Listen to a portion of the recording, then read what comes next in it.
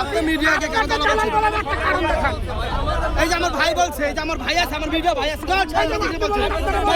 আরো আমার বলতেছে আমি উস্কানিমূলক বক্তব্য দিচ্ছি। তাও ওকে ওকে সাংবাদিক ভাই কাকে বলছেন? ওকে সাংবাদিক ভাই, আপনি কে ভাই? ও তো সাংবাদিক, আউটসোর্সিং এর লোক। আপনি আন্দোলন করবেন, আপনি আমাদের সাথে কি করেন?